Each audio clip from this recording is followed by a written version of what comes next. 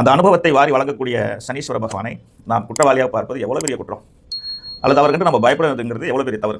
அவரை கண்டு நாம் பயம் கொள்ள வேண்டிய அவசியம் இல்லை. அதே போல் பக்தி உள்ளவனை நிச்சயமாக பெரிய அளவில் தண்டிக்க மாட்டார். தர்ம சிந்தனை உள்ளவரை நிச்சயமாக தண்டிக்க மாட்டார். ஏன்னா தர்மத்துக்கு அவர் தான் சொந்தக்காரர், பக்திக்கு அவர் எப்போவுமே தலை வணங்குவார். அதனாலேயே விநாயகப் பெருமானை அவர் பிடித்ததில்லை அப்படின்னு சொல்லுவாங்க. அதை அவர் அறிவுபூர்வமாக தப்பிச்சுவார். நம்முடைய இறை வழிபாட்டில் முதல்ல மேலே பிள்ளையார் சொல்லி போடுவோம் இல்லைங்களா, ஈஸ்வரின் பிள்ளை அல்லவா, அறிவுபூர்வமாக தப்பிச்சுவார், இன்று போய் நாளை வா அப்படின்னு சொல்லி. அடுத்ததாக ஆஞ்சநேயர், அவர் மிகப்பெரிய பக்திமான், ராமனின் பக்திமான். ராமருடைய அவருக்கு எப்படி பேர் சொல்லுன்னு தெரியல, ஈடு இணையில்லாத ஒரு பக்திக்கு சொந்தக்காரனா அது அனுமன் தான். அவரையும் சனீஸ்வர பகவான் பீடித்ததில்லை அப்படின்னு சொல்லப்பட்டிருக்கு வரலாற்றில். அப்போ நாம் யதார்த்தமாக நம்ம கடவுள்லாம் கிடையாது. தர்மவானாக இருந்தோம்னா, உண்மையாக இருந்தோம்னா, நேர்மையாக இருந்தோம்னா நமக்கு வாழ்க்கை பாடத்தை தான் கற்றுக் கொடுக்க போகிறார் என்பதை உங்கள் எல்லோருக்கும் சொல்லிக்கொண்டு